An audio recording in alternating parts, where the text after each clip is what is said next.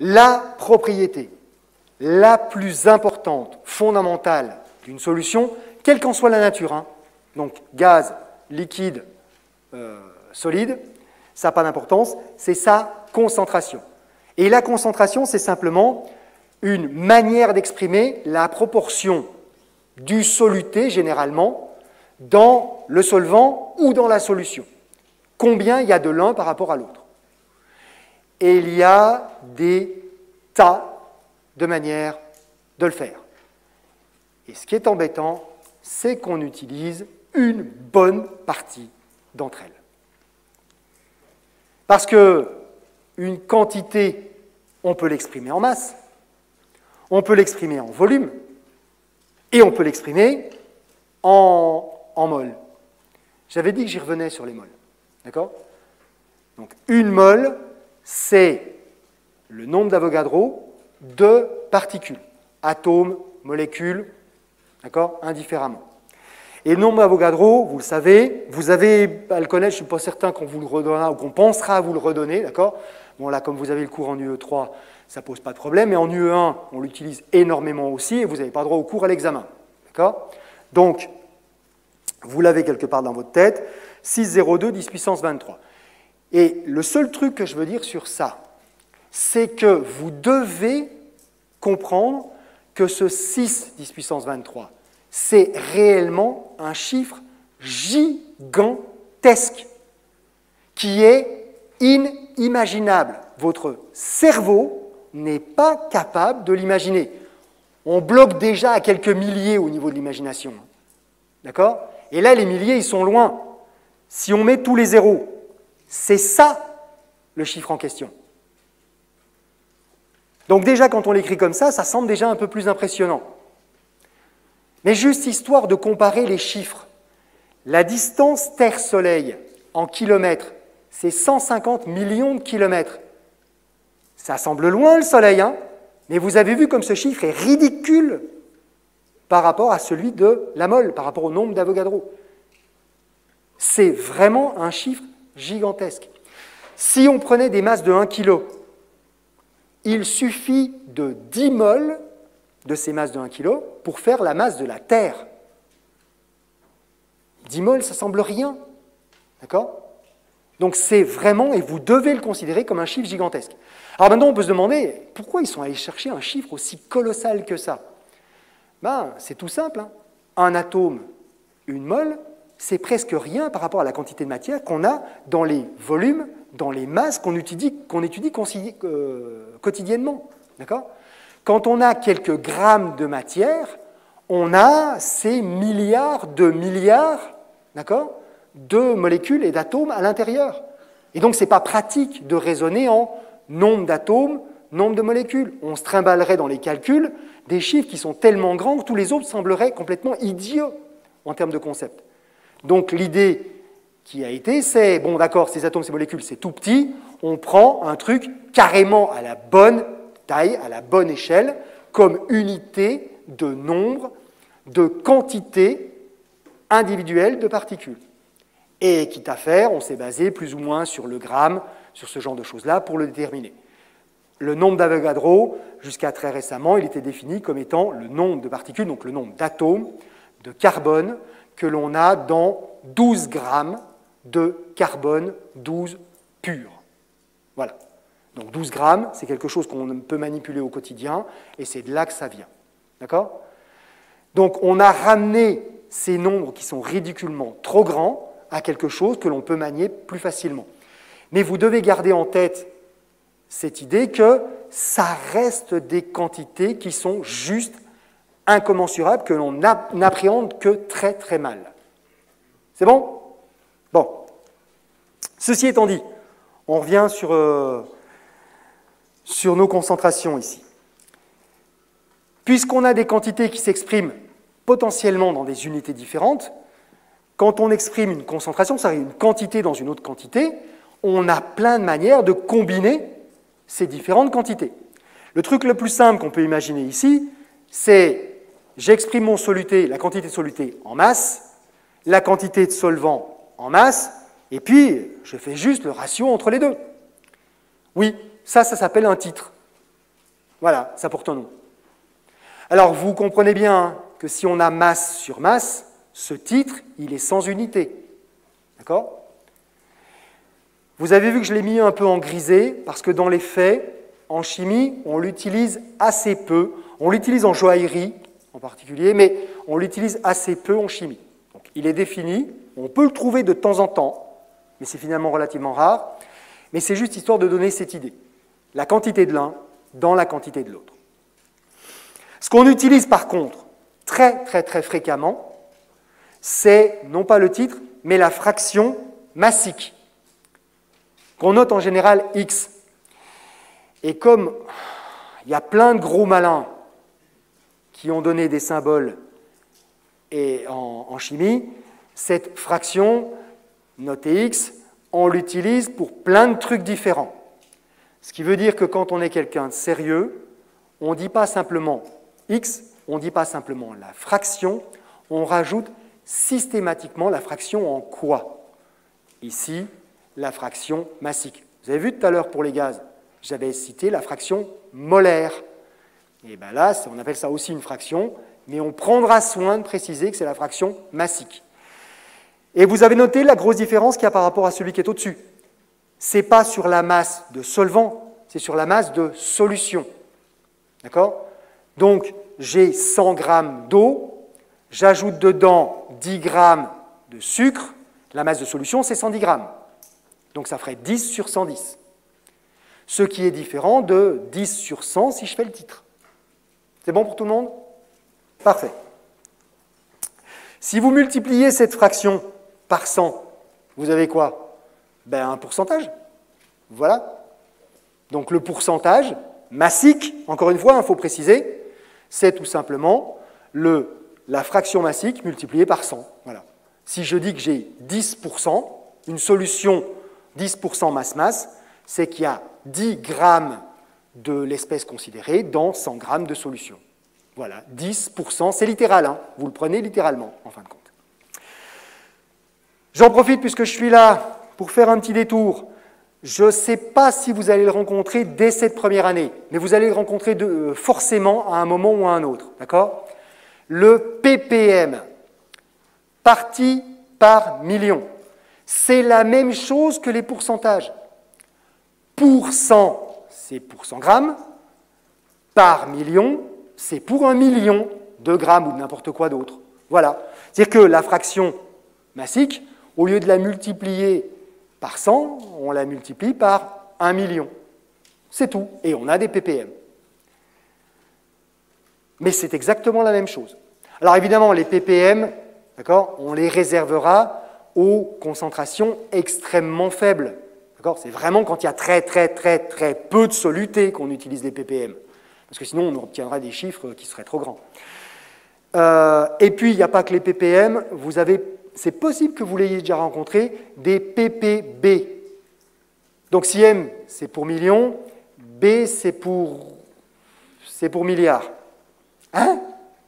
Oui, parce qu'en anglais, les milliards, en anglais américain, ça se dit billion. D'accord? Et comme en français, milliard et million, ça commence par un M, c'est vrai qu'on a tendance à utiliser l'acronyme anglo-saxon, qui lui est sans ambiguïté, hein, on fait bien la différence entre B et M, donc on utilise pour les parties par milliard l'acronyme anglais ppb, c'est celui qu'on trouve partout, parce qu'au moins il est sans ambiguïté. La définition de milliard en anglais, elle est un peu tordue, mais là au moins on sait de quoi on parle, donc c'est bien des milliards. Donc ça veut dire qu'on multiplie non pas par 1 million, on multiplie par 1 milliard. Hein. Voilà, c'est ce que ça veut dire. Donc on pourrait avoir des PPT, parties par trillion. Voilà, c'est tout à fait envisageable. D'ailleurs, là, normalement, dans l'écriture que j'ai ici, on a la même unité pour la partie du haut et la partie du bas. C'est en grammes, c'est en milligrammes, mais c'est la même unité en haut et en bas. Mais imaginez qu'on mette l'unité du haut en milligrammes et l'unité du bas en kilogrammes. Il y a juste un coefficient de 1 million entre les deux. Donc, si on exprime la masse du soluté en milligrammes, la masse de solution en kilogrammes, on obtient directement des ppm. C'est pour ça que vous trouverez probablement dans certains bouquins de biologie, biochimie, médecine, le fait, et ce sera écrit quelque part, que les ppm, c'est la même chose que des milligrammes par kilogramme. Et oui, techniquement, c'est ça. Voilà, c'est pas faux, c'est tout à fait exact. Par contre, dans la même page, vous risquez de trouver le fait que les ppm, c'est la même chose que des milligrammes par litre.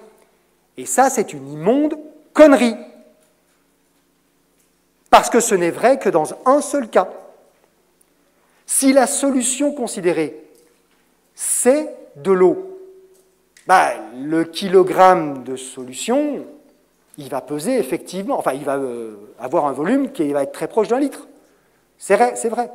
Donc, si on a une solution aqueuse, c'est vrai, à condition qu'elle soit bien diluée. Hein. Mais bon, elle sera forcément diluée si on utilise des ppm, parce que sinon, c'est complètement idiot d'utiliser des ppm. D'accord ? Donc, si on a une solution aqueuse diluée, les ppm, c'est exactement la même chose, effectivement, que des milligrammes par litre. Mais uniquement si c'est une solution aqueuse. Dans tous les autres cas, ce n'est pas vrai.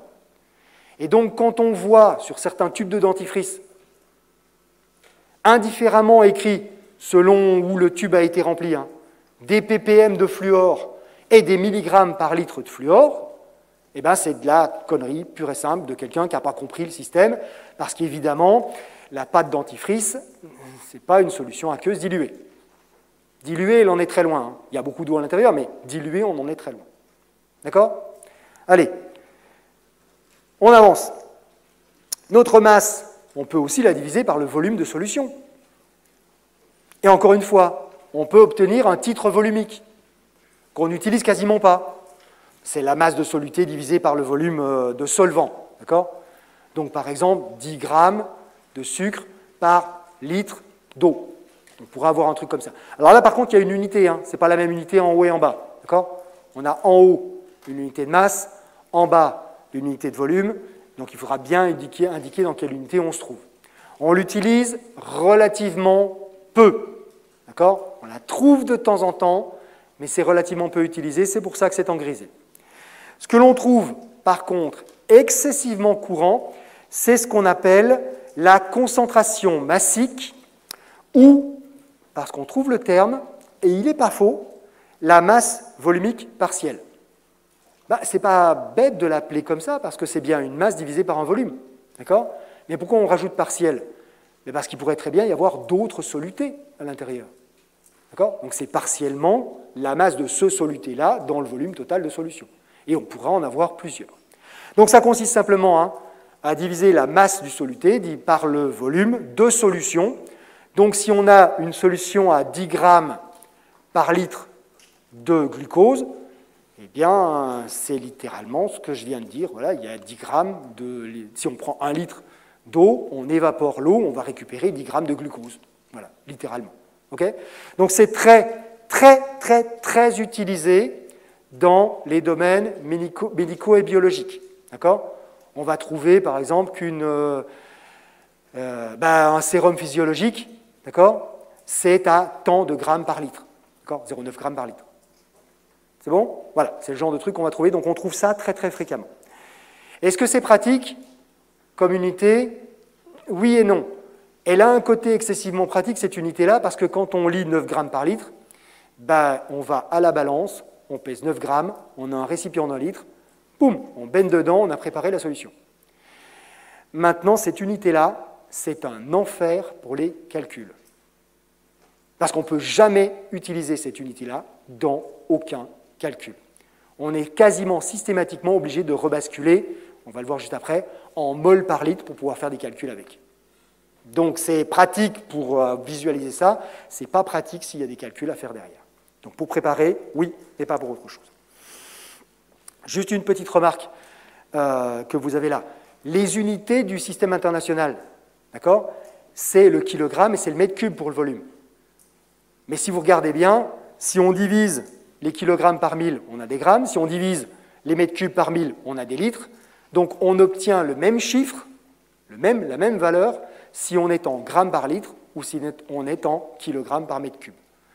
Donc vous trouverez très très très fréquemment des concentrations massiques qui sont en grammes par litre, mais c'est la même valeur que si on était dans les unités du système international. Le même chiffre, hein, d'accord ? Notre volume, ben, on a pu... Pourquoi on a fini avec les masses? Ben oui, j'avais fini avec les masses, hein, c'était terminé. Pourquoi j'ai fini avec les masses? On n'a pas fait masse sur mol? Non, personne, jamais ne fait ça. D'accord? C'est une combinaison qui n'est jamais utilisée. Donc, on laisse tomber. Puisqu'on a terminé avec les masses, on passe au volume. Oui, mais là, vous avez oublié volume sur masse. Oui, parce que pour la même raison, on n'utilise jamais cette combinaison. D'accord? Jamais. Donc, on laisse tomber. Par contre, volume, ça on fait. Et si on divise un volume par un volume, on a une fraction. Et bien, une fraction, ici, volumique. Alors, vous aurez noté que c'est le volume du soluté sur le volume de solution. Le titre volumique, volume de soluté sur volume de solvant, on ne l'utilise pas. Jamais. Donc, on laisse tomber. Si on multiplie par 100, on a le pourcentage volumique. D'accord? Voilà, c'était comme pour le pourcentage massique, hein, c'est la même chose. Donc, pas de difficulté majeure. Par contre, dans le cas spécifique des ratios donc, avec des volumes, on utilise beaucoup aussi ce ratio-là. Donc, directement, le ratio d'un des volumes divisé par l'autre. D'accord? Donc, on pourrait en avoir plusieurs. Hein. Si on a plusieurs choses en mélange, on pourrait avoir plusieurs types de ratios. Vous l'avez déjà rencontré, celui-là. Vous avez déjà vu, quelquefois écrit 3 pour 1, 1 pour 1, ou sur certaines bouteilles, oui, décidément, c'est toujours le même qui finit par arriver, mais c'est pratique, hein, 5 volumes pour 1, d'accord? Alors, on devrait le décrire en sens inverse, hein, c'est 1 pour 5 volumes, d'accord? 1 volume de liquide anisé pour 5 volumes d'eau, 5 ou 7, hein, c'est quelque chose, je ne sais plus exactement ce qui est écrit sur les bouteilles, d'accord? Eh bien, c'est ça, c'est un ratio. Ça veut dire que si on prend 10 cm3 de l'un, on va le mélanger à 5 fois 10 cm3, 50 cm3 de l'autre. Et donc, on obtient 60 cm3 au total. On est bien d'accord? Voilà ce que ça veut dire. On a 60 cm3 de volume total. Et puis c'est tout. Hein. Volume sur mol, on ne fait pas. D'accord? Personne n'utilise ça. Les mols maintenant, donc des nombres de particules. Mol sur masse, on le fait.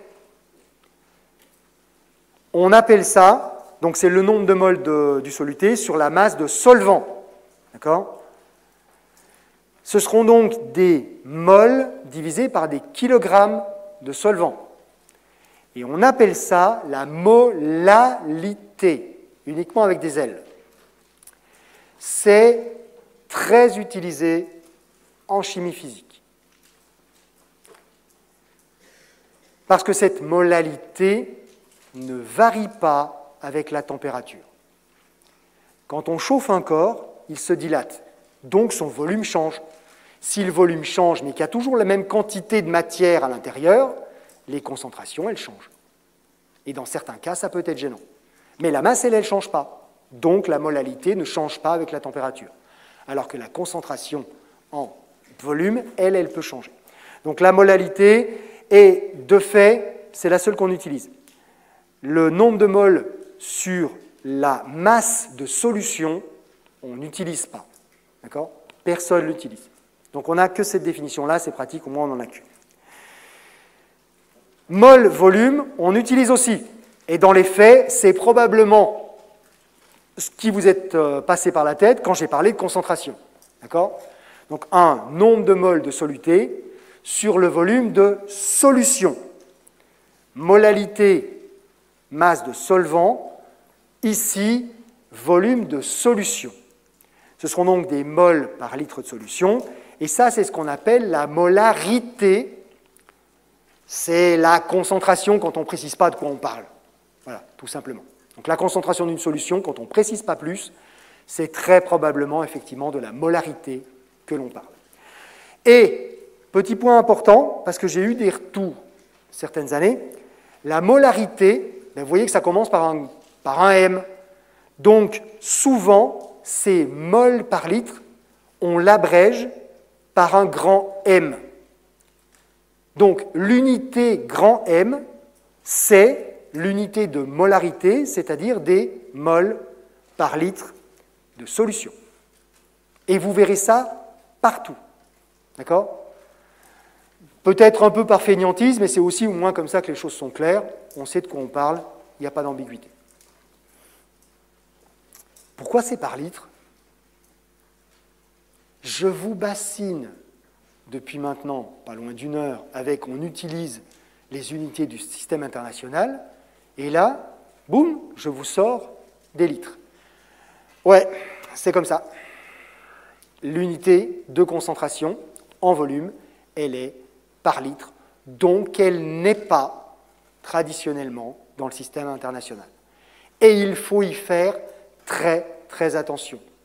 Parce que quand on utilise, dans une équation quelconque, pour faire un calcul, une concentration, et que la concentration dont on dispose, elle est effectivement dans l'unité traditionnelle des moles par litre, quand on la met dans l'équation, on doit la basculer en moles par mètre cube. Parce que sinon, on va avoir une erreur d'un coefficient 1000 dans notre équation, puisqu'on est sorti du système international.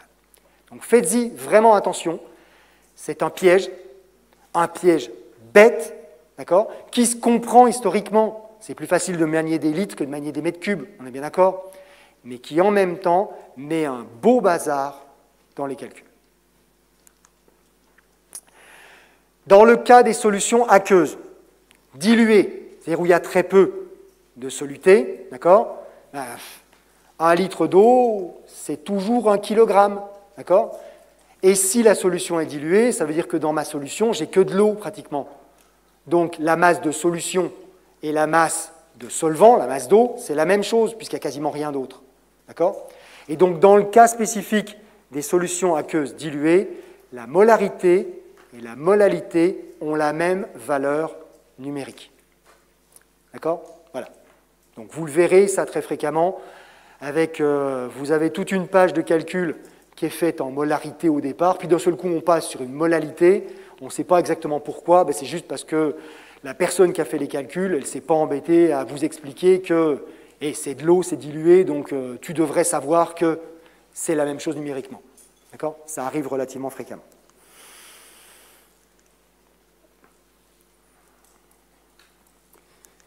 Nous reste, oui, toujours divisé par mol, on oublie, d'accord ? Donc, les mols, et pour le coup, quand le soluté est exprimé en mol, on peut aussi avoir, alors, soit le solvant, soit la solution qui est exprimée en mol, et ben, quand on a la même unité en haut et en bas, vous avez vu, on tombe plus ou moins toujours sur ce qu'on appelle une fraction. Donc cette fois-ci, c'est une fraction molaire. On l'a déjà vu dans le cas des gaz. Donc dans le cas des gaz, on utilise presque exclusivement ce type d'expression pour exprimer les concentrations des mélanges gazeux, d'accord, en fraction molaire, parce que c'est extrêmement pratique, ça marche vraiment bien. Donc c'est ce qu'on utilise systématiquement pour les gaz, mais pas que. On utilise ça également aussi pour les autres types de solutions. Donc c'est très utilisé. Toujours la même chose, vous multipliez par 100, vous avez le pourcentage molaire. Voilà, bon, ça ne change pas. Et puis c'est tout. Et puis c'est tout. Pas d'autres combinaisons. Mais ça en fait déjà beaucoup. Et là où c'est compliqué, c'est que vous devez être capable de passer de n'importe quelle expression de la concentration que l'on vient de voir à n'importe quelle autre expression. Vous devez être capable de convertir des grammes par litre en fractions molaires. Une molarité en molalité. Vous devez savoir faire ça. C'est quelquefois extrêmement simple, ça l'est quelquefois un peu moins. Je prends un exemple. Vous avez une concentration... Dominique, il ne m'écoute plus là. Il n'y en a plus un qui m'écoute. Plus un qui m'écoute. Tu as un pouvoir d'attraction, c'est phénoménal. Je demande encore quelques minutes d'attention pour que je termine ça. Vous prenez une concentration massique, une masse volumique partielle, des grammes par litre. Et on vous demande une concentration molaire, des moles par litre. Ben, ce n'est pas compliqué. Il suffit de remplacer les grammes par des nombres de moles. Comment on passe des grammes aux moles? On divise par la masse molaire. Des grammes divisés par la masse molaire, ça donne bien des moles.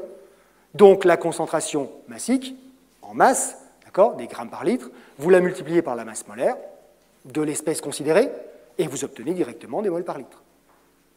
Et c'est toujours le cas. On trouve un moyen de retomber sur les unités qui nous intéressent.